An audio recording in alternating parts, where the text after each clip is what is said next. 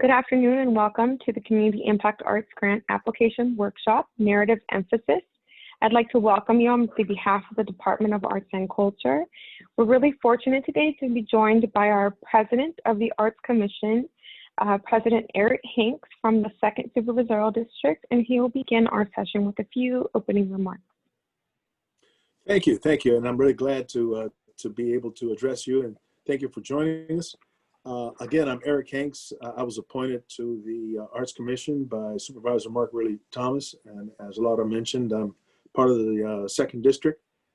The arts are absolutely crucial to the communities in LA County, and equally crucial are the funds that are provided through this grant program and others that the Department of Arts and Culture oversees and helps with applying and so forth. So I just, normally this workshop would have taken place in person, but for obvious reasons, due to the COVID-19 crisis, it has to be done virtually. But you are in very capable hands with Laura, and I'm sure that she will answer your questions, and she'll do the best to get all the information that you need in order to get your applications processed successfully. I know that this funding supports you in all that you do, and that what you do is so important to all the residents of LA County. And so I'm going to now turn you back over to the very capable hands of Laura, and she will guide you through the whole process. And just please accept all my best wishes and good luck with your application. Thank you, Laura. Thank you so much, President Hanks. So for everyone who's not as familiar with the way that the way that our Arts Commission and commissioners work, there are 3 Arts Commissioners appointed for each of the 5 supervisorial districts. And so again, really excited that President Hanks could join us today, and he's representing the 2nd District. All right, folks, we're going to get into this application workshop, which is focusing on narrative emphasis. And so what that basically means is I'm going to provide you with an overview of some of the major elements of the CIAG program, and then we're going to dive deep into the narrative questions of the application and provide you with some insights about how best to maximize this application to demonstrate the extensive work, impressive impact, and ways that you are serving Los Angeles County communities. Before I get too far ahead of myself, I want to make sure everyone is aware that my name is Luda Guerrero Nieto. I manage the Community Impact Arts Grant Program on behalf of the Department of Arts and Culture. And we have 2 important spaces that we'd like to draw your attention to. The first is the application portal, which is brand new for this cycle. So you'll notice a brand new website here on this first slide. I also want you to know that you can receive updates from the Department of Arts and Culture through our social media hashtags. And so please follow us there. And also just another reminder that you can download any program guidelines, the sample application and instructions from our website, the Department of Arts and Culture's website, /apply to CIAG. On behalf of the Department of Arts and Culture, we want to thank you for your support of arts and culture throughout Los Angeles County. Along with your work, the mission of our department is to advance arts, culture, and creativity throughout Los Angeles County. And we envision a region in which arts, culture, and creativity are integral to every aspect of civic life for all people and communities. And your work is essential to that becoming true. The goals of the Community Impact Arts Grant Program: we recognize and support the complex arts ecology of LA County, and so CIAG funding is intended to directly increase access and strengthen the quality of arts programming wherever it's happening, which obviously is in very diverse communities. And a shout out to one of our grantees, longtime grantee, Weingart East LA YMC Center. This is a really wonderful representation of a CIAG funded work. It's their Youth Institute's magazine publication. A little bit of history about this program. We began with seed funding from the National Endowment for the Arts which enabled us to develop all of the aspects of this program that you are participating in. With that seed funding, we went to the Board of Supervisors and requested matching funds, much like you all have to do, right, in the CIAG application. And we're really fortunate to receive $1.5 million in support over 3 years, which amounted to $500,000 allocations in our first 3 years of grant funding. In 2018, we went back to the Board of Supervisors and requested what we called a reinvestment in this program. And again, we're really fortunate to receive not only a reinvestment, but an increase to the initial investment of $500,000 for a total of $750,000 in the subsequent 3 grant cycles. This is the third of those $750,000 allocation grant cycles and the 6th grant year of the Community Impact Arts Grant Program.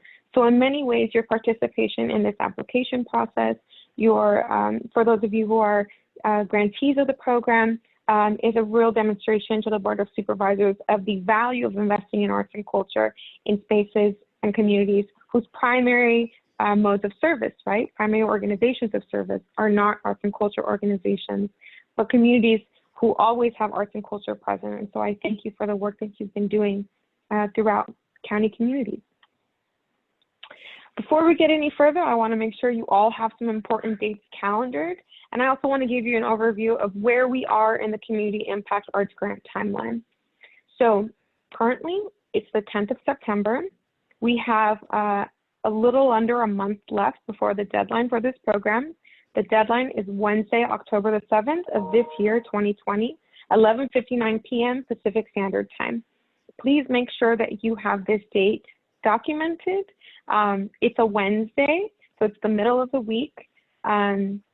And leading up to that day, I will offer multiple office hours for you to meet with me to discuss your specific application questions and any sort of general questions. I recommend if you are anticipating working on this grant application a little later, closer to the application deadline date, schedule office hours with me now leading up to that date. They're available on Wednesdays from 2 to 4 and Fridays from 10 a.m. to 1 p.m. So with that, application opened in August. With our guidelines, workshops, and all other announcements taking place at that time. We will be closing, as I've mentioned, in October, and then going through the review process from about November through the spring. And what that review process entails is an internal audit of your application, followed by a review by a panel of peers who will read your application materials, start to finish, every single thing you've submitted. And then that review culminates in a distillation of panel comments, 1 page for each organization, with an overall digestion of what was reviewed and seen as sort of the highlights of your application, along with the overall score for your application. And that moves forward to the Arts Commission, where President Hanks and all of our arts commissioners review your panel comments and the scores, and then are able to make recommendations for final approval by the Board of Supervisors. So you'll see that in July, grant allocations are submitted to the Board of Supervisors. So it's quite a long process. I'm highlighting this now because I want you to be aware to calendar these dates so that you're not nervous when you don't hear from us in 2 months, 4 months. It's July, the next time you'll likely hear from us.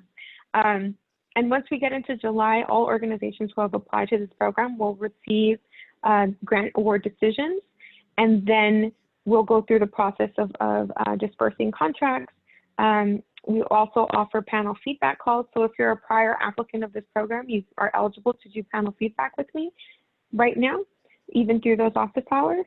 And the final date for this cycle of the Community Impact Arts Grant Program will be May 2022, way in the future, when we'll require project evaluation reports from your organizations. More on that when and if you become a grantee of ours, but just want to make sure you're aware of what's ahead. So one of the wonderful investments of community impact arts grant is it's a real demonstration that we understand in the County of Los Angeles and within the Department of Arts and Culture that there's been exemplary arts and culture projects taking place at nonprofits and in municipalities whose mission is outside of the arts. This program is in effect an acknowledgement of the amazing work that you all have been doing for quite some time. Shout out to two of our long-term grantees, Community Coalition. We support their Power Fest, which is an outdoor event program that will be taking shape a little differently this year, and Woodcraft Rangers, who we support with ballet folklorico and mariachi classes. But this organization has been around since 1929 in Los Angeles and has evolved throughout the years to ensure that they're continuing to serve the population and demographics they were intended to. We have had some really exciting news in 2020, and so we wanted to provide you with an overview of some of the milestones in our cultural equity and inclusion work. For those of you who are not familiar with the Cultural Equity and Inclusion Initiative, this is a motion that was passed in 2015 instructing the then Arts Commission to conduct a county-wide conversation investigation into the state of arts and culture throughout all facets of engagement. And this culminated in a report that was released in 2017 and recommendations that were then approved in 2017 by the Board of Supervisors. One of the other wonderful things that came forward from the recommendations was an acknowledgement of a need to center community. And so the results of that is that in 2018, the Community Impact Arts Grant Program's allocations were shifted slightly to acknowledge the important emphasis of community in the work of our applicant organizations, and then we've added a new question to the application as well. This year, as I mentioned, we're really excited to announce that the County Board of Supervisors has approved a new cultural policy, which is in effect an integration of cultural equity and inclusion into the fabric of all county departments. So it's a real internal effort to ensure that cultural equity and inclusion, again, is included in the way departments are working internally within themselves, but also externally in the way they're providing services for their communities and constituents that they serve. And also really excitingly, on July 21st of this year, Supervisor Mark Ridley Thomas put forward a motion, and it was unanimously passed by our Board of Supervisors for an anti-racism policy agenda within the Board of Supervisors. So you'll notice that in 5 years' time, the county has really demonstrated tremendous leadership in these efforts. And so we hope that you will take a moment to review these documents and materials to understand what anti-racism means for the County of Los Angeles and how this historic motion is really an important part of the work that you're doing, right? Your work is part of cultural equity and inclusion. It's part of an emphasis in the diverse ways that arts and culture can serve communities and also the ways it can be a resource and a tool for civic problem solving. So we thank you once again. Here is a specific breakdown of how points have been reallocated in response to cultural equity and inclusion. 5 points have moved from artistic merit down into knowledge of target constituents and needs. And then again, we have a new application question. There are also some updates to the review criteria, which I'll get to shortly. And I'll review the CEII application question with you more fully in just a few slides. So this is a really important slide. I have gone through the process of updating each of the criterion so that you can see what are the ways in which panelists are assessing your application against the individual criterion. This will be valuable for you because throughout the application, both the online application and the sample application and the application instructions, we have outlined how each question relates to each of these criterion areas. And so this is an opportunity for you to see what the lens through which panelists will be reviewing your application. I also want to highlight that the image behind the CIAG review criteria is from a current grantee of ours. We funded a mural project with them, which is really beautiful. And so a shout out to LA LGBT Center for the amazing work they've done in supporting youth through creative arts and culture activities. Something else to mention in this section, the overall point allocation is 100. So if you as an applicant received the maximum point value for each of these review criterion areas, your overall point allocation would be 100, right?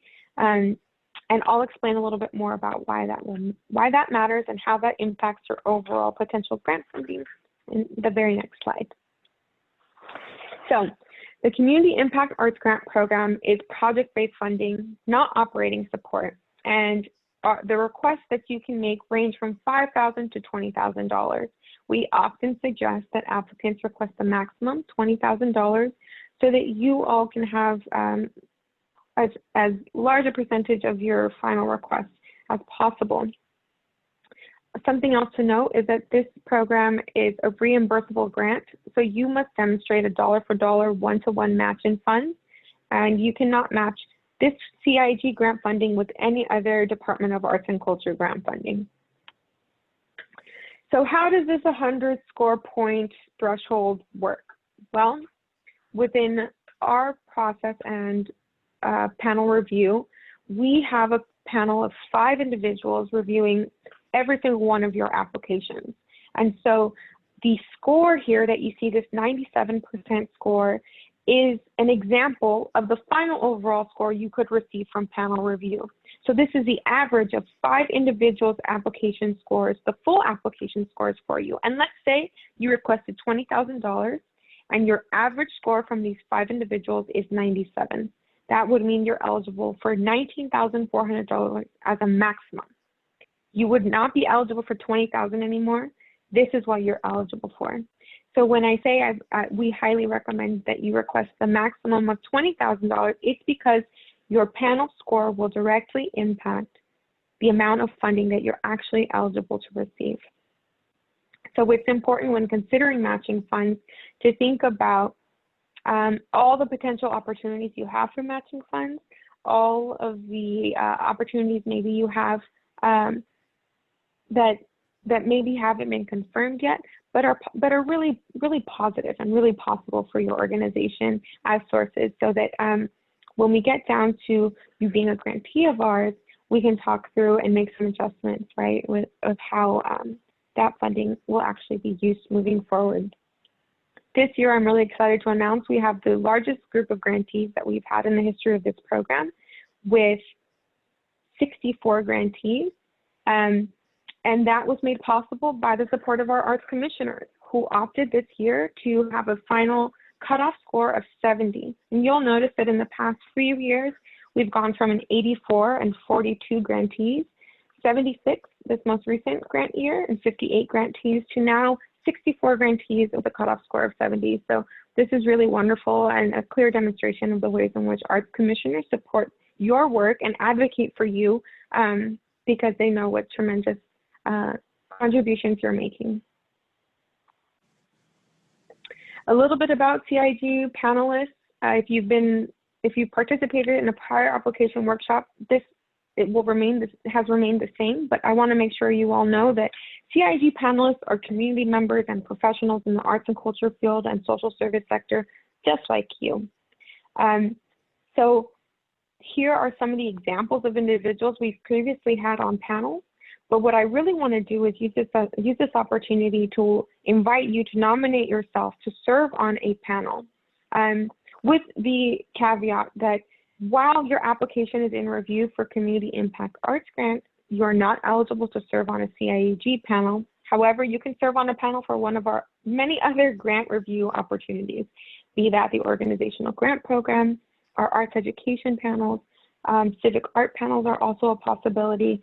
So if you have not yet served on a grant panel, I highly recommend it.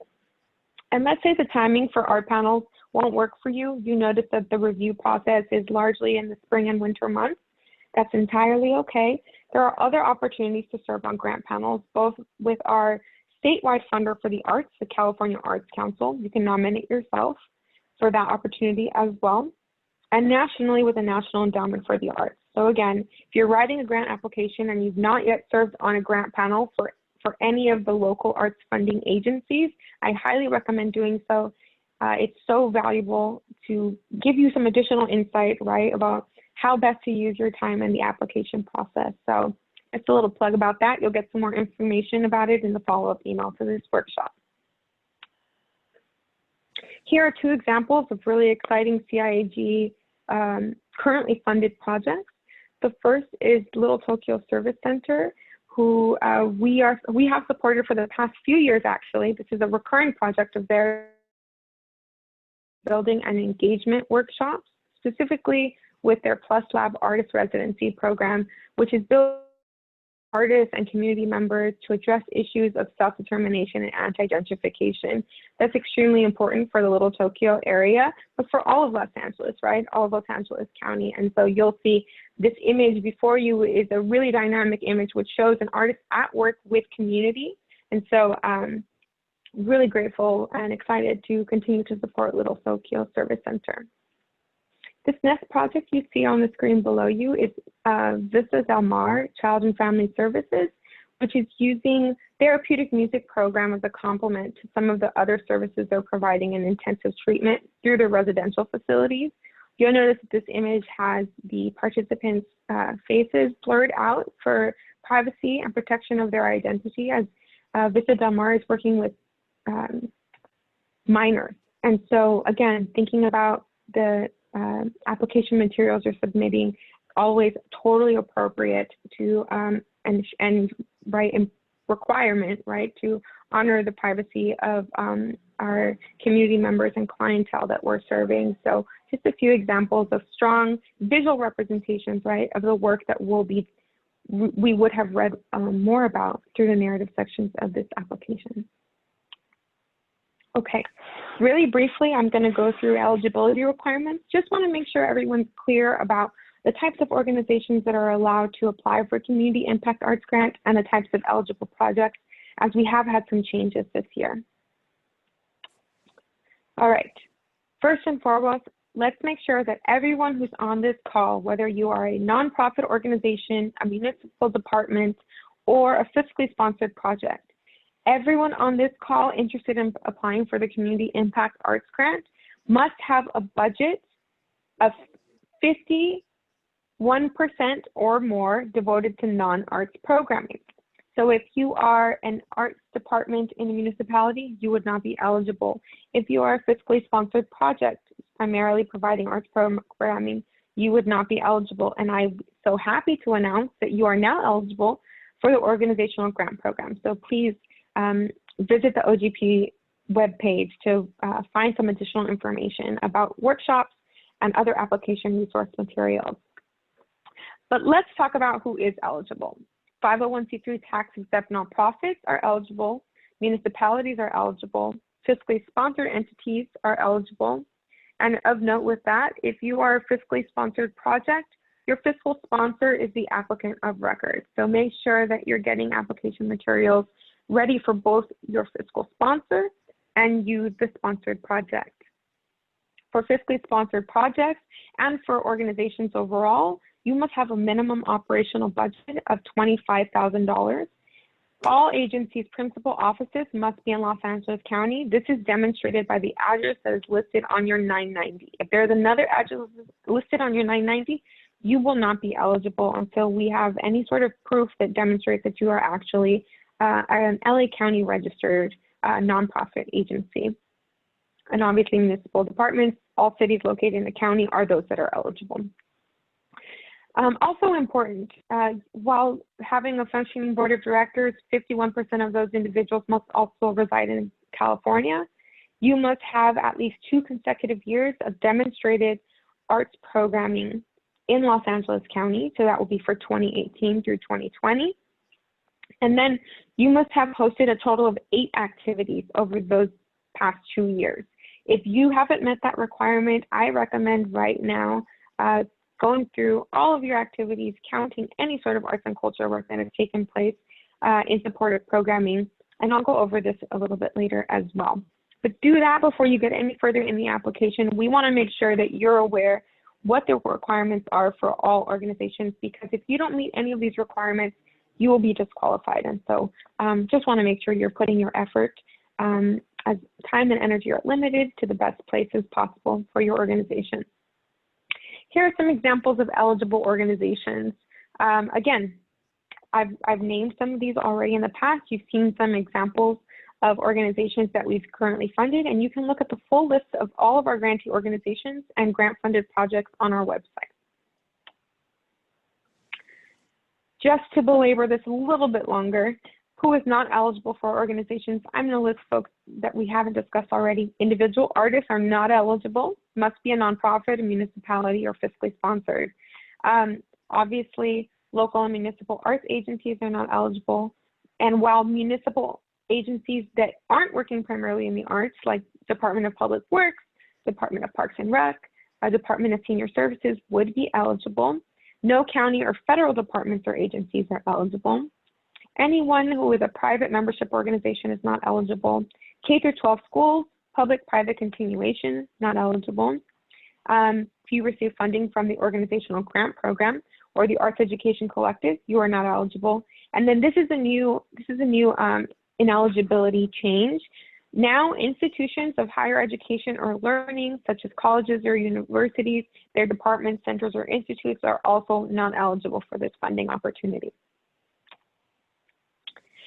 All sorts of eligible projects for the Community Impact Arts Grant Program must, be arts-based, arts and culture-based. They must take place in Los Angeles County.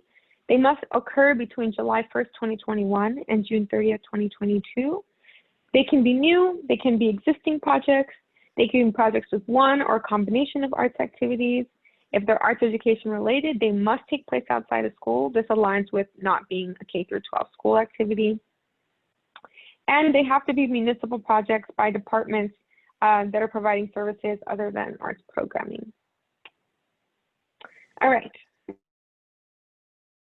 And this is an opportunity. Does anyone have a question that they'd like answered about anything that I've covered in this first section of the workshop? Feel free to use the chat feature or unmute yourself if you'd like to ask a question.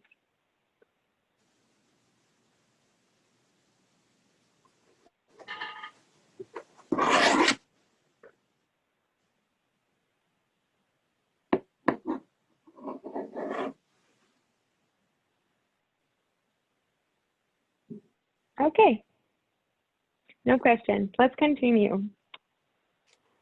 So, just a reminder to everyone, we have a new online grant portal. This portal is called SurveyMonkey Apply.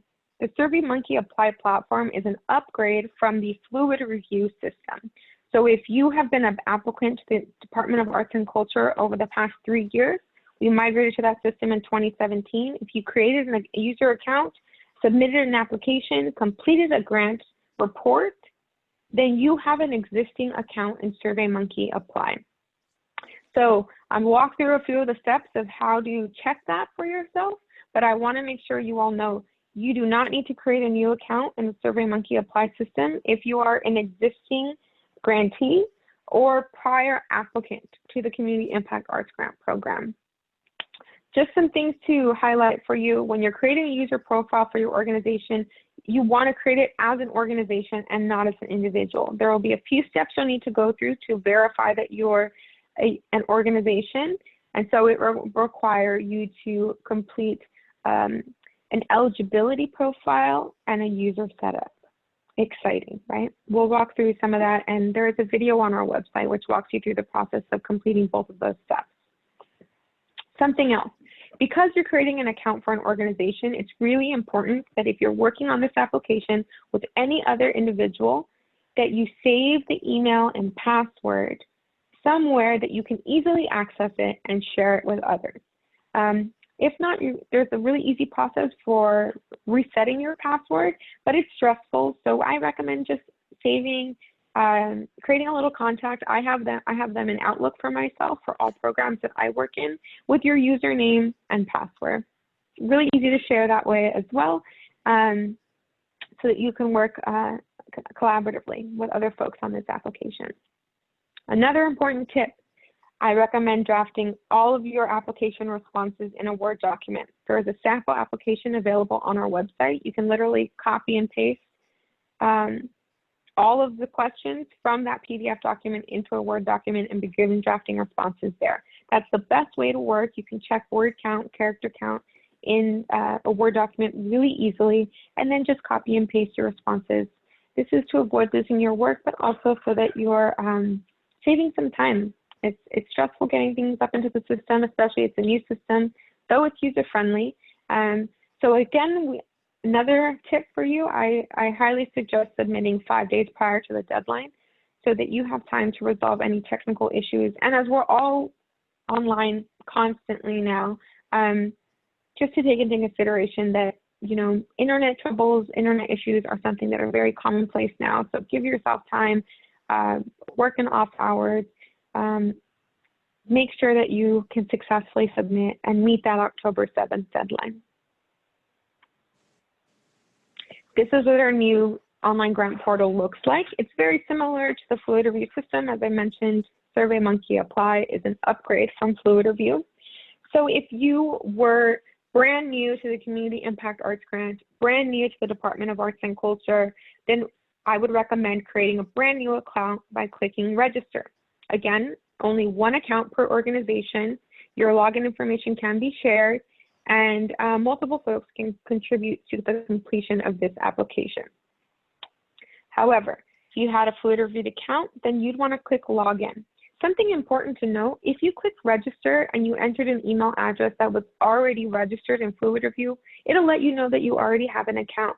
And in that case, you can actually use a password reset function to reset your password by just plugging in the email address that already has an account affiliated with it, and then working through the steps to complete your user setup and eligibility setup. And there's also really wonderful tutorial features that SurveyMonkey Apply offers for users. So if you have other questions about the site, about how to do something that you're getting confused by, there are a lot of FAQs and also, as I mentioned, tutorial articles that they've created for users. So they're a great resource. Something else to note, you'll see that here there's a having technical issues with the site function that allows you to submit a request form that requests support from our technical tech support in SurveyMonkey Apply. If you're having some kind of a technical glitch in the system, email SurveyMonkey Apply directly. We definitely email them on your behalf, but if they are hearing from multiple users that something is happening, it's a pretty quick response time, and it'll be much less stressful for you to receive notification that they've corrected whatever issue you're having than to wait on us to get that information to you as a sort of second party. And this is the process we go through as well. If there's any sort of issue we experience as administrators or that we hear from you, our users are experiencing, this is how we let SurveyMonkey Apply know and request support to fix it. So please become familiar with this area of the website, use it as often as you need to, hopefully not too much, hopefully it'll be smooth sailing once you get into the system. Once you've logged in and you've completed eligibility setup and the user setup, then you will know that you've successfully completed all of these, because you'll now be able to see the Community Impact Arts Grant Program. If you're a nonprofit, you might even see some other programs as well that are currently open in the system. To access the application, you would click the More button, and then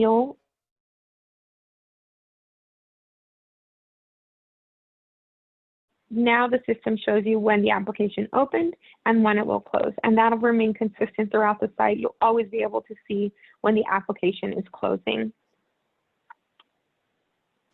All right, now to the meat of our narrative emphasis application workshop. We will be discussing 4 primary areas of the application in this presentation, and I will walk you through the some tips and recommendations about how to complete this so that you have a really successful application. The first section we'll be working with is the narrative part 1, organizational information. And then we'll get into your project budget. How do numbers help to communicate a narrative? How do they demonstrate the priorities of your organization?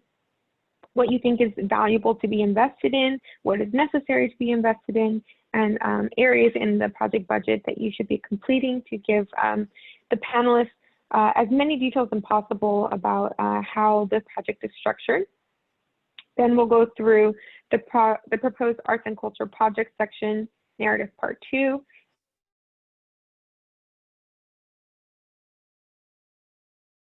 Used to further develop your narrative and provide some important details. These are the 4 key sections of the narrative in your application, but all application sections obviously help to demonstrate the validity of these primary sections and demonstrate the strength and capacity of your organization to take on this project and complete it successfully for optimal impact and well-being.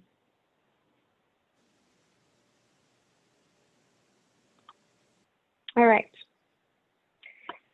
Here are the first 3 questions of the application. And in this organizational information section of the application, we're really asking you to describe your organization, your history, your programming, community and constituents, and then your triumphs and struggles, right? That's a normal part of an organization's trajectory. I want to just remind everyone again, please write all of your narrative section responses in a Word document so you can be sure of your character limits and then cut and paste. So in this section of the application, what you're really doing is establishing a link between the project, which you've already mentioned in an earlier page. You've mentioned it in, let's go back to that so you can see.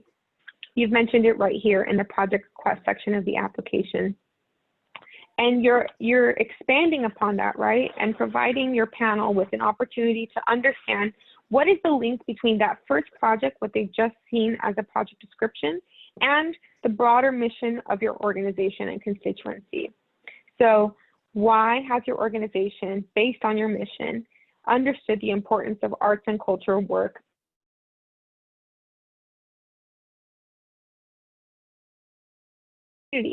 Basically, we want to know why is it important, and we want you to be specific.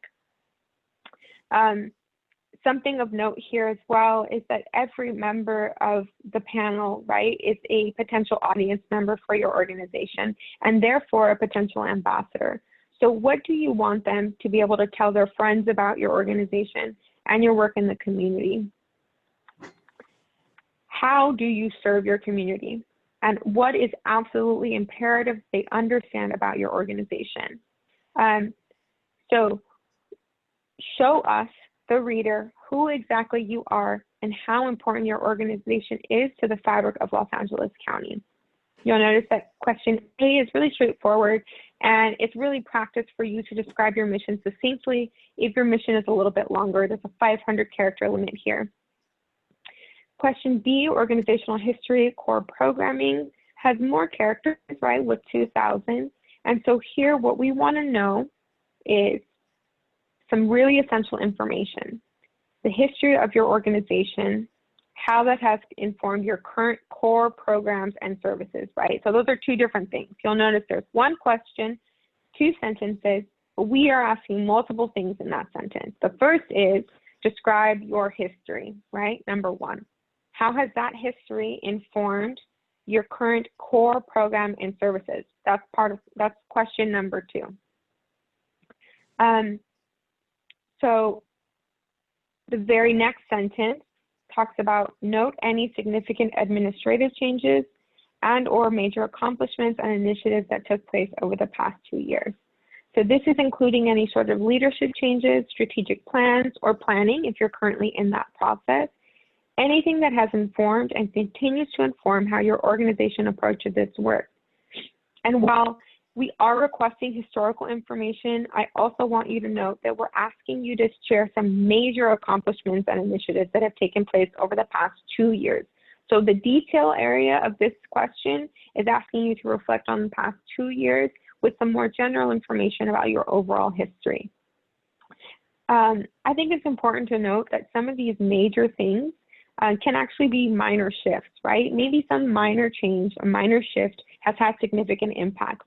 That kind of self-reflection is key. It's important for you to know the way in which your organization's movements, right, are furthering your organization's mission and work.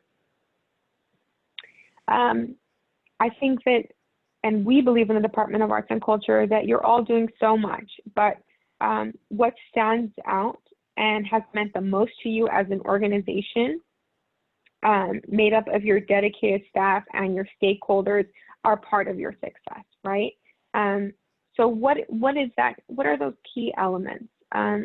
What stands out? What has meant the most to you as a staff member in your organization, or to your leadership, or to your community?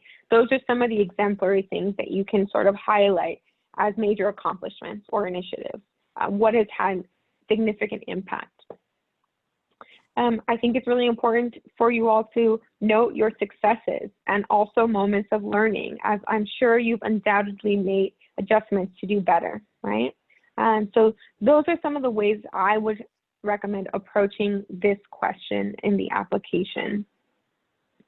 As I mentioned, we were going to get back to this minimum of 8 requirement for the arts-related classes, workshops, and events that your organization produced in the last 2 years. So this is really straightforward, how many activities.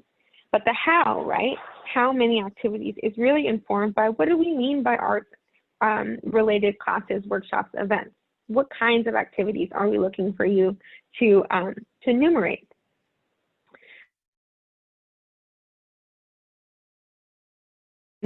Arts-related classes, workshops, events, and activities very generously. And so we want you to, we want to know how you're defining them. Count all of the times, every single moment when arts and culture have played a part in any of your events, programs, workshops, education, anything at all, right? We want to honor every effort you've made to utilize arts and culture to accomplish your mission and serve your community and constituents. Again, if you have a specific question about your work, your history of work, I think it's really helpful to create a timeline to bullet point out what kinds of activities you've done, and then just count them out. Save that for any sort of future grant application that you might have in the works.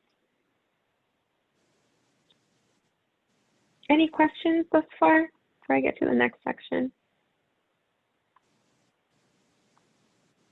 Okay, folks. Actually, I want to hear from you, so I'm looking forward to those. Oh, yeah. Thank you. I'm so excited. Here. Hi. Hi there. Please continue. What is your name and what organization are you calling on behalf of or participating on behalf of? Hi, my name is Sherry, and I'm participating on behalf of an organization called Creative Ways. So my question is... Wonderful. Thanks for joining us. Thank you for doing this. So we are not a nonprofit. We have been doing arts, not as a nonprofit over the years, a lot of arts and culture programming, but we partner with nonprofits when needed and when we want for robust partnerships. So if we are going to be the ones to reach out and form a partnership with an organization that would be that would fit your criteria, when we are driving the art program with them. When we're writing this part of the proposal, how do we balance our work and how do we balance their work in this? Yeah, great question. So I'm going to take you back to this slide. So you'll notice that there's an optional section here. Not everyone completes it, where it says arts and culture partner or partners, right? So your information would be primary to that section, and your information would also be primary to the narrative proposed arts and culture project section. What I think the responsibility of submitting the application and fulfilling all grant requirements would fall on whomever the partner agency is, but you're not alone in being an arts and culture organization that is the partner that provides all programming support for that kind of activity. So what I think is really valuable, and I'm excited that you've joined this call, is that you have strong partnerships with nonprofit organizations that you've worked with in the past. And so what we would want to see is that they're able to meet our minimum requirements, right? And most important of which is that they've had at least 8 arts and cultural activities that they participated in or supported in the past 2 years. If your organization can meet that, let's say they've been contracting with you for services and you've provided 12 workshops, right? That would meet the requirement just in their contracting for services with you. Mm-hmm. But you would be able to provide additional details, right, about your partnership, who your agency is in the narrative part 2 section of the application, also in this arts and culture partners information section of the application, and here in project primary staff and artist profiles. And we'll get to a few of those sections as well. I also want to share, if you want to get in touch with me and brainstorm some ideas about things, I'm happy to do that with you. Let's do it as soon as possible. That's great. Thank you very much. Thank you. Thank you for your question. All right. Let's keep it going. We have about 40 more minutes, and want to make sure I get through all of this with you all. So the next section of the organizational information is asking you to describe the history of the applicant organizations, right? Arts and culture programming. I think one of the important things to consider of this section of the application is we want you to get into the very specific nature of your arts and culture programming. Tell the panel, how did it begin? What is your origin story, for example, for this kind of work? It could have been that you had a youth marching band perform at a community event and it really drew the public, right? Who, let's say you were doing an environmental save the earth kind of celebration, and you had that marching band there, and that marching band actually facilitated more people coming to your booth, learning about your organization and your work. And so Earth Day, this Save the Earth event, was a huge success, right? And moving forward, you thought, well, one of the other things we could do is have coloring. We could have arts and craft area for children, so that children would be engaged and parents would have the opportunity to come to our booth because their children are engaged and they could learn more about some of these environmental opportunities they have, right, that your organization has.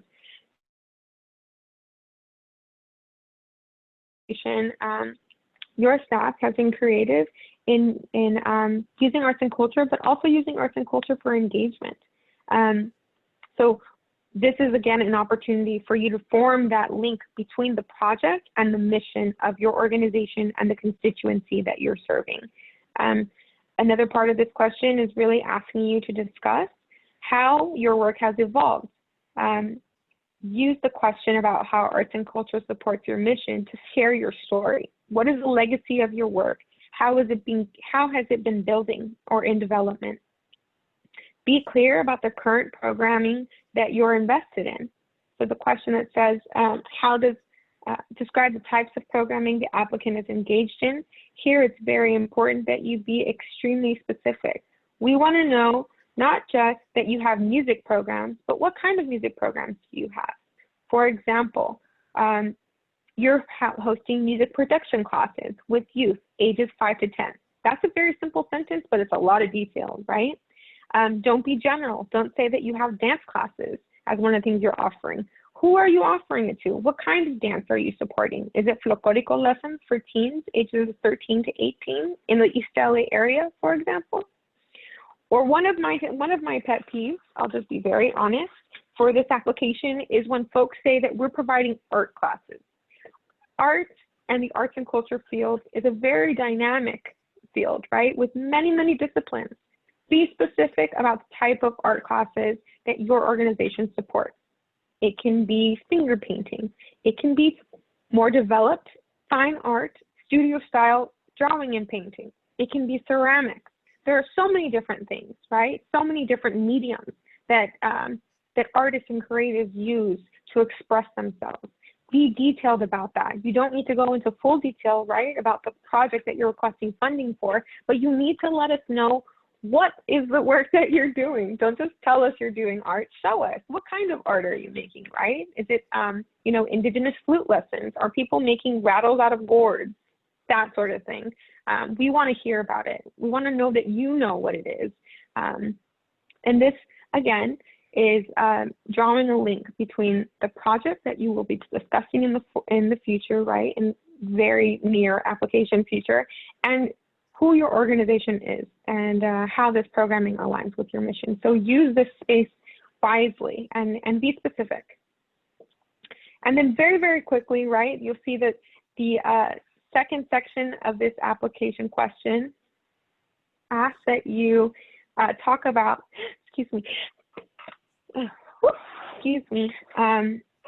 ask you to talk about how you select artists, sorry, all this smoky dust everywhere.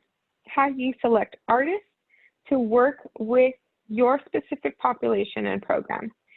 So this will mean that you're sharing about who is teaching, work with individuals who have the personal experience of the constituency that you're working with.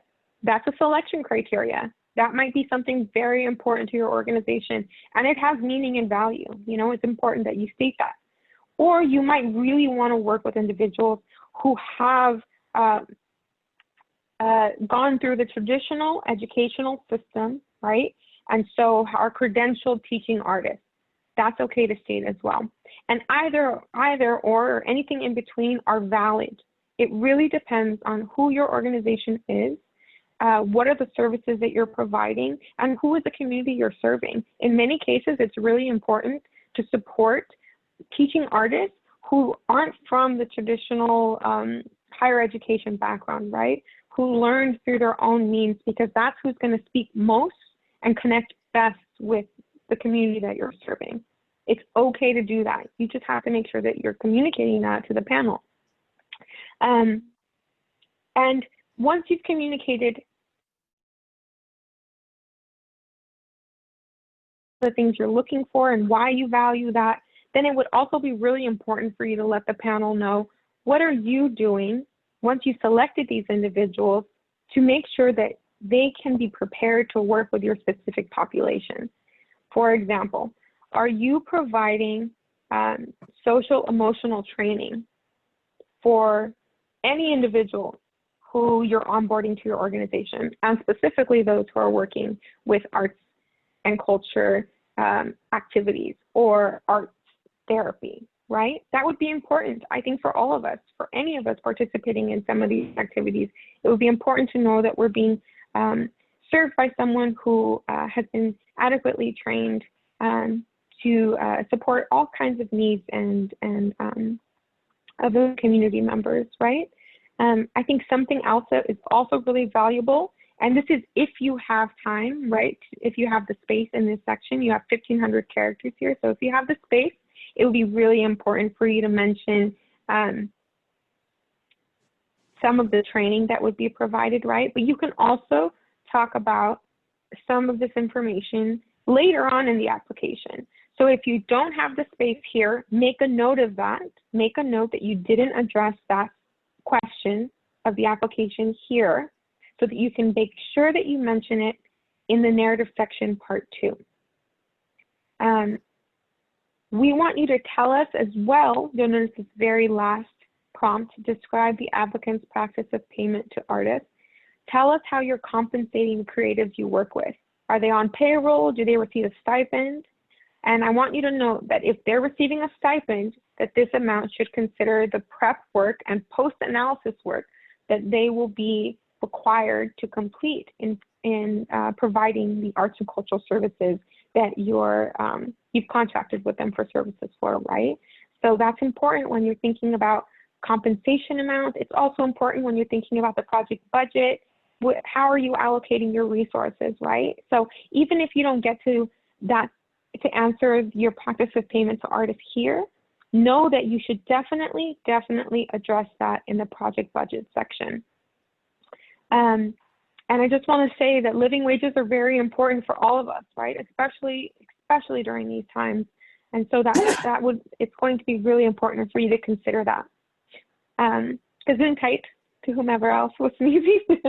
And with that, let's move on to the very, I think, third to last question in this section of the narrative questions, which is describing your community and core constituency. Again, you have 1,500 character limit in this section, and we're really asking you to describe your community's core constituency in a few different ways, right? We've enumerated them or elaborated about them for you here. We say geography, age, cultural, economic, or other characteristics as are applicable or important to your organization. And we ask that you please include demographic information. So what are we trying to get at here? We want to know how you describe your community and constituents. How do you describe them? Who are you serving and why do you serve them? And in part, this helps us to understand how do you understand their needs, right? You can't understand a community's needs if you don't know who they are. And this will also be an opportunity for you to set the stage to show and share to us how your programs are developed to meet those needs. So here we go, right?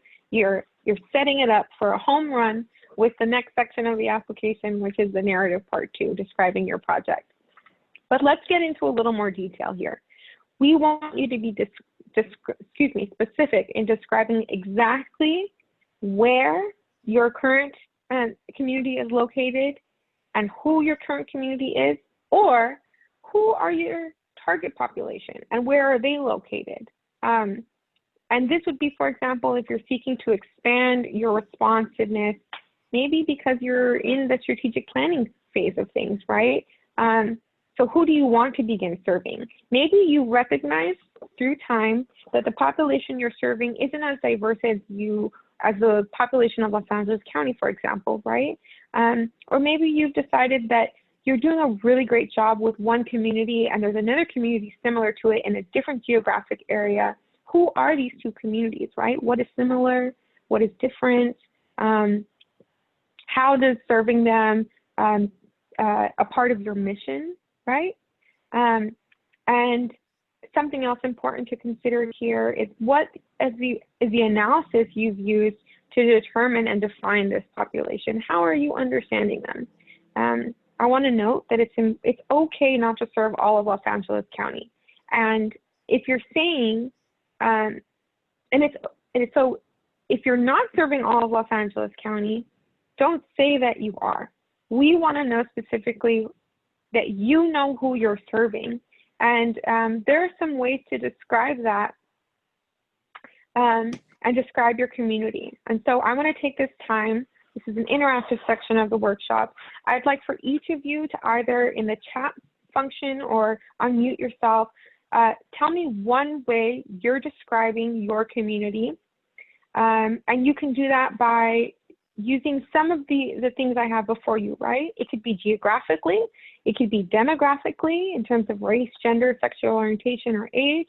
It could be in terms of cultural characteristics, economic characteristics, or anything else. But let's see. We currently have, how many participants? We have at least 10 participants on the call. So I'd like for each of you, use the chat function or unmute yourself. Please let me know. What's one word you can use or a phrase to describe the community that your organization serves? Hi, Lara. This is Asia with No Easy Props. Hi, Asia. Hi. We serve primarily through our hip hop, breaking, popping, and robotic dancing program. At-risk youth located in South LA, primarily from single-parent homes. Perfect. Thank you. And so good to have you here. I hope you're doing well. Thank you. You too. Thank you. Thank you. All right, everyone. I've unmuted all of you. So we had a really robust response, right? We included, primarily single parent households that give some information about income, right? We have geographic information. We have information around age. We have information around gender, also neighborhood information in Asia's response. Does anyone else want to share this? El Santo del Pueblo, I see that you're unmuted. Oh, here we go, chat. All right, El Centro del Pueblo says, our arts programming serves low and moderate income families in Central and Northeast LA. Great. That's wonderful. Another way you could amplify this, right? Low and moderate income in terms of what? With regards to what? You could say the federal poverty income line. Some folks know what that means, right? So that could be a helpful way. Central and Northeast LA, that's perfect. Such as the communities, I know you all serve Echo Park. You could name Echo Park, right? If you wanted to be a little more specific, if you have that space. There's another section in the application where you can also elaborate on that, but thank you so much for sharing. Let's see, Ernie. Recently immigrated and socioeconomically disadvantaged youth and families in and around Koreatown. Perfect. So I think that that's a really wonderful way to give detail, and it's dense, right? But I think we all know what it means, and it gives us a pinpoint on exactly the type of community that's being served. Thank you all three of you, for participating. I'm going to move on and give you another example of the way in which I'm sort of thinking about community, right? I also describe my community, right? My community of Community Impact Arts Grantees. And so I want to share with you one of the ways that I'm excited to be able to describe my current grantees for the 2020-21 grant cycle. But before I move on, I want to share with you that sometimes it can be helpful to use bullet points to list the different identifying factors of your community. If you're having trouble, creating sentences because the information is pretty specific or really dense, or it's just it reads better as a bulleted list. That's totally okay. You can say, for example, we serve the following, bullet points, right? And list out the identifying features. You can also say, we have seen that we're not serving the following populations, and then you reach to these individuals and families. And I just want to point out that no community is homogeneous, right? There are distinctions within populations as well, right? So low-income populations are not monolithic. Latino populations are not monolithic. The Long Beach area populations are not monolithic. So it's important for us to go deeper. And deeper also means deeper than census classification, to really show your organization's expertise, your experience, and the cultivated relationships you have with these populations, right? This is just one way that you can really bring to life, right, the impact of your community, of your organization, the impact you've had within your community, and I would say just how you're really living your mission's purpose, right? And so let me show you one of the ways I like to talk about this work.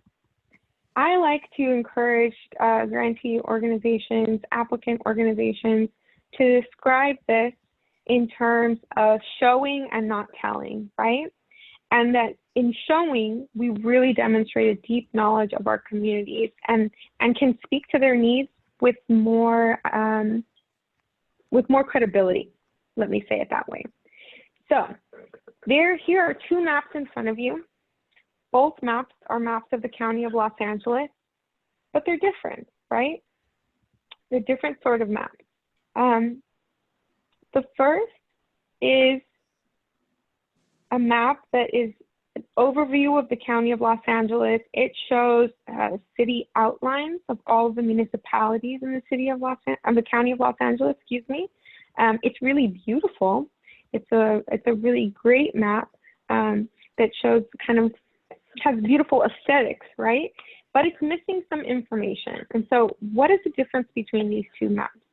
Well, the one on your left is very general county, city geographic details, which may be specific, but are not constituent specific.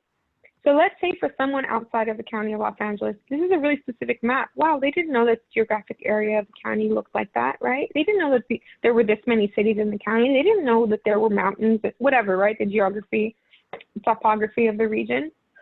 But when we're talking about serving the County of Los Angeles, and we're talking about sharing an application for review with a panel of peers, then you all know how important it is to your organizations, to your communities, that you demonstrate real deep relationships, right? And so it's important to move beyond census classifications to really be constituent specific. And so in this second map, you'll see that our research and evaluation analyst, Matt Agustin, who if you haven't met with him or had the opportunity to work with him in the past, I recommend participating in any future research and evaluation work or convenings that the Department of Arts and Culture provides, because he's just amazing. He mapped all the headquarter locations for all 64 2020-21 Community Impact Arts Grant grantees. And what this allowed me to see is where there were clusters, but really just how broad a geographic area we're currently serving with our grantee organizations, and also where we have room to expand, right? We have grantees in all 5 supervisorial districts, but we definitely can move a little bit further out, right? So it's my hope that through these application workshops, for example, virtual application workshops, providing one-on-one support through office hours, that I will be successful in expanding the grantees and their headquarter locations throughout all the farthest reaches of the county's current geographic space. But the other important thing to notice is that these are headquarter locations. And so if we would have mapped zip codes of all of the individuals who are participating in programming that is provided by Community Impact Arts grantees or funded projects, this map would look different. It would be even more detailed, right? In addition to that, I'll say that you'll notice and you'll recall if you're a current grantee of ours that we request zip code information about your programming. So maybe consider mapping the zip codes for your programming or mapping the zip codes for your participants as a way to demonstrate the impact of your work visually. That would be really awesome. And if you come to next week's application supplemental materials artistic samples workshop, I'll talk to you more about the ways in which using data or other things, right, that can be supportive in your application artistic samples to really bring home and visualize the immense impact of your work and programs. Before we go any further, I want to acknowledge that we have another chat response. And so Shauna from Painted Brain states that Painted Brain is creating a peer network of young adults and adults with mental health and reentry challenges who are seeking gainful employment and sustainable independent lives through arts advocacy and enterprise throughout Los Angeles County. This could be your mission statement, but if it's in response to my question about community core constituency, this is really great, right? Here it has, it's broad in that you're talking about a peer network of young adults and adults with mental health and reentry challenges. And it's specific in your goals. What I do want to say is that you're talking about throughout Los Angeles County. It would be important for you to talk about what the age range of young adults and adults are, how you're defining that for your purposes. It would also be important to address sort of the other demographic details that we've also mentioned before, right? Some of this would be maybe what are some of the demographics, percentages wise, in terms of race, gender, sexual orientation, age. What are some of the cultural characteristics of these individuals? You mentioned here that you're seeking to support gainful employment and sustainable independent lives through arts and culture, arts advocacy and enterprise throughout LA County. So some of the economic characteristics of this group would also be valuable, right? I think underemployed, right? Historically underemployed, historically under-resourced, from disadvantaged backgrounds. Those kinds of words can be a catch-all, and so we want to get more specific and not assume that we are that everyone is privileged with the same perspective about what that means, right? We don't all come from the same backgrounds.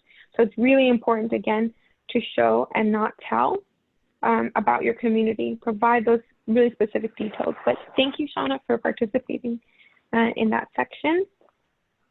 A few more things that I want to mention about this mapping section is just a reminder for all of you that we in the Department of Arts and Culture are providing data to our Board of Supervisors about who is being served in their particular districts and how their districts are being served, right? And so the Community Impact Arts Grant Program is one way that we show how their districts are being served, right, through the projects that we fund, but also who in their district is being served. So as I mentioned, we request information and reports about the programming zip codes for all of our grantee organizations. And so just some ideas for you to think about: what data do you already have on hand? What numerical figures could you use in a mapping sort of feature? And you can do this in Google Maps to create some nice little visual to talk. I want to remind everyone that the County of Los Angeles is distinct from the City of Los Angeles, right? We all know that, I know. But the county, for example, does not have council districts. We have supervisorial districts. So when you're talking about service areas, and even if you're being specific, be mindful to use county jurisdictions, which are supervisorial districts. We have 5 of them, versus city jurisdictions or council districts. There are, I believe there are 15 LA City Council districts. There are 5 supervisorial districts in the County of Los Angeles. That's an important distinction. Similarly, SPAs, right?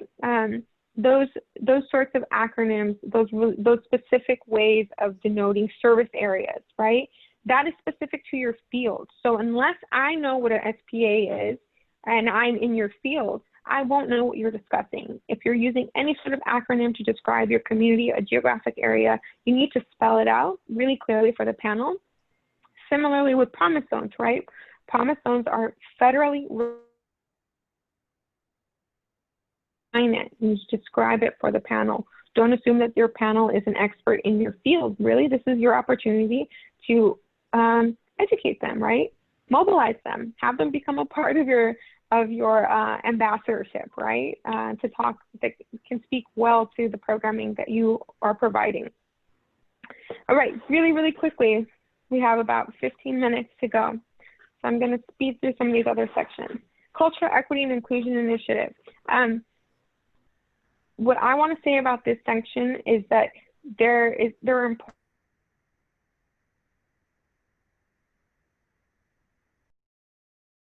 arts and culture and the Los Angeles County Board of Supervisors overall to explain to you how we have been doing this work internally and externally.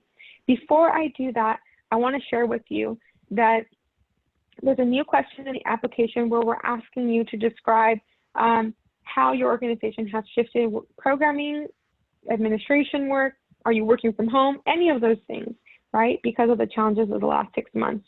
I'll let you know I'm working from home, and most of the staff of the Department of Arts and Culture are working from home. And so that would be one of the ways we would describe, right, how our programming has shifted. Another way would be, I could tell you all of my programming, all of my community engagement activities are virtual, right? That's something else that has shifted in the last 6 months. So I wanted to be sure everyone was aware of that.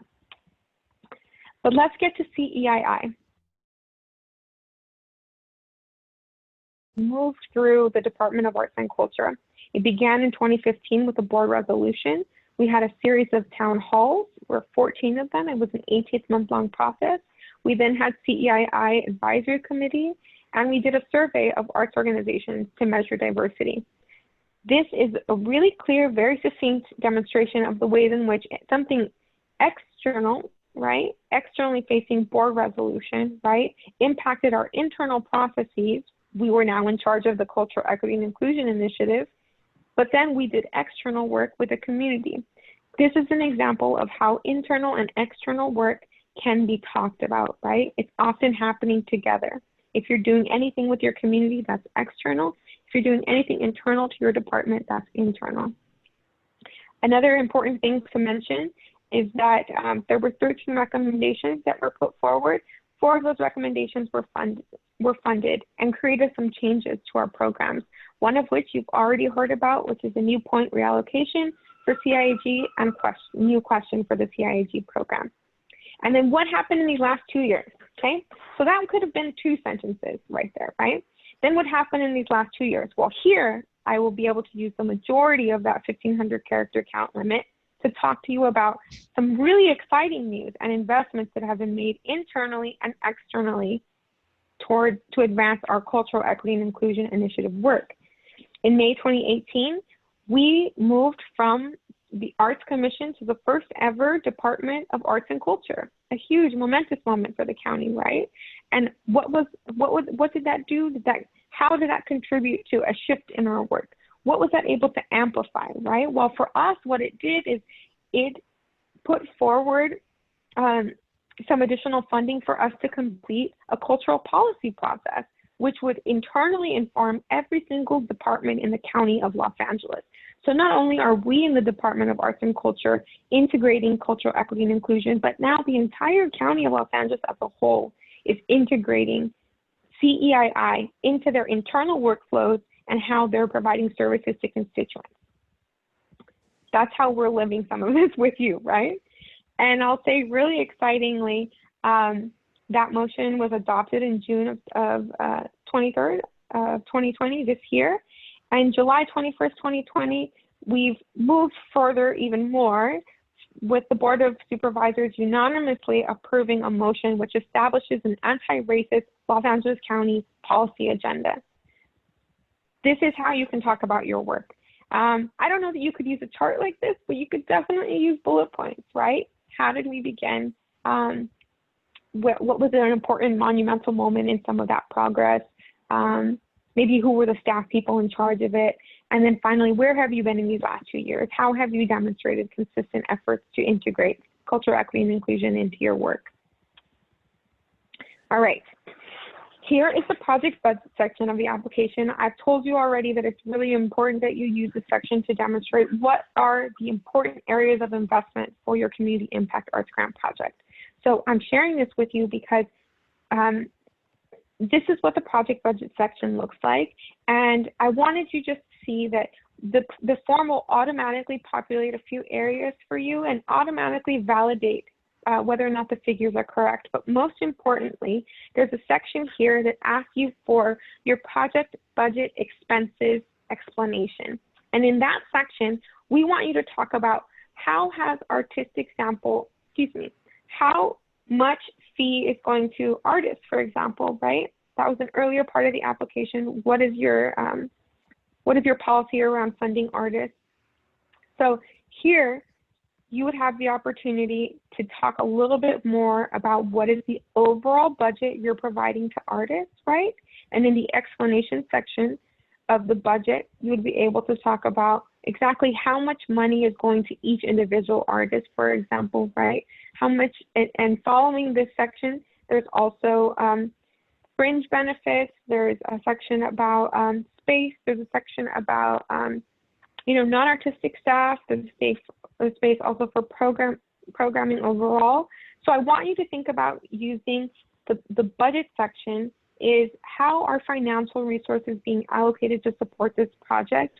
And these financial resources are an indication of what you deem most valuable for investment for the project's execution, but also the greatest impact for your community. So think about it in that way.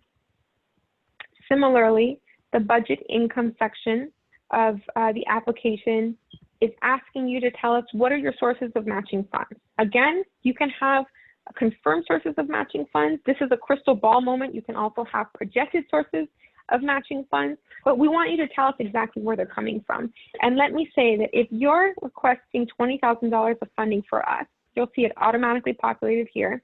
And then you're telling us $20,000 of matching funds will be coming from other government entities. You must tell us who those other entities are. It's the same thing if they're coming from foundations, corporate contributions, right? Any other individual contributions, earned income. Tell us who the sources are. If it's earned income, what kind of presentations, events are you having that you're earning income from? Do you maybe have an online shop or something of that nature that's providing that income? How much do you anticipate receiving? We want to know all of these details. So you'll notice that this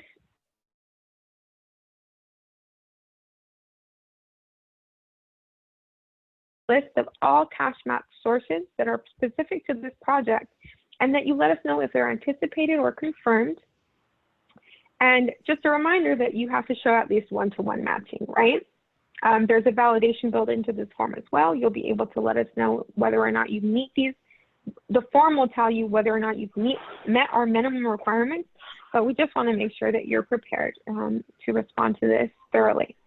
It's really important to the panel to know where the money is being spent, and speaks volumes, right, about how your organization is going to successfully implement this project. The next section of the application is also really valuable, but by the time you've gotten through these sections, the first two sections of the application that we spent a lot of time on, this should be really a piece of cake. And my recommendation for you is don't worry about character limits in this section. Use bullet points to answer each and every question here. So for example, in project overview, we are asking you to describe the arts project for which you've requested funds. Is it a new initiative or an expansion of a current program? And then how does the arts project relate to any previous initiatives? You've already set the stage for this in the organizational narrative section. So here, answer the questions in bullet points. Every single one of them, answer it in a bullet point. And then create a response narrative, right? Do some wordsmithing, make it flow, right? In a way that is easy to read and as accessible as possible to fully process and understand the information. You'll notice that section B is asking you for the timeline and participants. So again, bullet points. What is the start date? What is the end date? Clarify which sections of the project are supported by CIG funding. This is really important. Let's say your project has started in January of 2021, but CIG funding doesn't come in until July 1. That's totally fine. Which sections of the project will CIG fund? Be specific. And again, this ties back to your project budget. You don't want to just spread the money wherever, right? Wherever your overall priorities are. We want to be specific about how is CIG funding these limited funds, right? Maximum of $40,000, $20,000 in CIG funding, $20,000 in matching. How are those funds going to be spent? So again, think about this application holistically. Then we want to know, where will it take place? Bullet point. This is the location. If you don't have a location, if we're not in that phase yet of having a physical location, then where are you thinking of hosting it? It's okay to be optimistic about what our future will hold. It's okay to say we hope to be able to host it in our facility, but we'll do so only under the guidance of the Department of Public Health, right? That's totally okay. And if that's not possible, how will you ensure that there is accessibility from your community and participants to access whatever sort of arts and culture programming you are developing? Something to note is that for our current grants, the 2020-21 grant, we've extended it from a 1-year grant program to an 18-month grant program to be as generous and show grace to our grantees as well, because we know that so many of you are making adaptations as things progress, right? And so we want you to be successful, and if things are in a place when this grant program is announced, can also make some adjustments, and would let all of you know of that as well. Here's information we want to know about your target participants for this project. Here, this is a build off of that earlier part of the application where we asked who your overall community constituents are. Here, we want you to get really, really, really specific. Exactly who are you targeting and how are you engaging them, right? There's a section here as well that asks you to talk about outreach. What is your project outreach? Are you getting in touch with community members that are already on your listserv, right? Are you doing it through email? Are you calling them? Are you mailing flyers or things to their home, right? Now that you're not seeing folks in person anymore, are folks being referred to your programs by maybe a caseworker or someone else that they're working with, maybe in in the justice system? Are they, you know, there's so many different ways that we're learning about the folks and community members that we're working with. So we want you to be clear about that. But my highest recommendation for each of the sections of narrative part 2 are that you bullet point out exactly, respond to each and every question in a bullet point, and then build a narrative response, paragraph response, essay response from there. But just make sure you're answering every single question. It'll make it so much easier if you have some information that's missing to go back to it. If you address it in that way, you'll know exactly what you'll need to get back to, right? All right, another really important section of the application, describing your primary project staff and artists. We want to know who is directly supporting this project. And I say it lovingly, but if the executive director, the managing director of your organization does not have a primary role in this project, for example, doing some sort of evaluation, right, of the staff who's programmatic staff working on this project, providing matching fund support, doing outreach and engagement around that, you don't need to list them. You should have already listed them in previous sections of the application, and we will know, we will gauge that their involvement is really limited, right? Maybe they have their emphasis is in other areas, or their time is limited. That's totally okay. Use this to tell us who are the individuals overseeing the programmatic areas of this project, who are the individuals who are providing the arts and culture programming for this project, and you can also attach an additional form if you need to provide some more folks than the 5 spaces we have available for you. But I want to note that we're asking you to provide their full name, their title for the project, or their title overall, a biography about them, and then what is their project role? Be very specific, and that's a new section of the application. Just to plug, next week, the 17th, I will review artistic documentation and all supportive documentation more thoroughly. So I ask and invite you to join me again for that session. And a reminder that at the end of every single one of our workshops, there's a list of the required CIG supporting documentation. So I welcome and encourage you to reference that as you're preparing all application materials for completion and submission. And with that, I'd like to just thank all of you. This has been an hour and a half of me talking. And so I hope that what I've shared and prepared for you has been really helpful to you. A reminder to you that, again, our next workshop is next Thursday, the 17th of September from 10 to 11:30 a.m. We'll go over artistic samples and all supporting documentation. I have office hours every Wednesday and Thursday. Please email me. And with that, thank you so much for your time. We are at 3:30, and I welcome you, anyone that's able to or interested in staying for questions. I'll be here for another 30 minutes. But if you're not, thank you so much for joining us, and thank you for your work in support of Los Angeles County communities. We value you. We could not do this without you. Wishing you safety and wellness today and every day. Thank you. Thank you, Lara. Thank you so much. Thank Any you, Lara. questions, folks? Feel free to share them in the chat. I just want to say thank you. That was outstanding. Oh, thank you so much, President Hicks. Yay! Yeah, Thanks, everyone. Thank you. This will be, thank you. Oh, God, I'm glad. Thanks for joining. This will be posted again. I know it got fast at the end, so I'll post this and share it with you so you all can view it as well. Thanks. That's terrific. Thanks, everyone. Bye-bye. Have a wonderful afternoon. Bye. Bye-bye.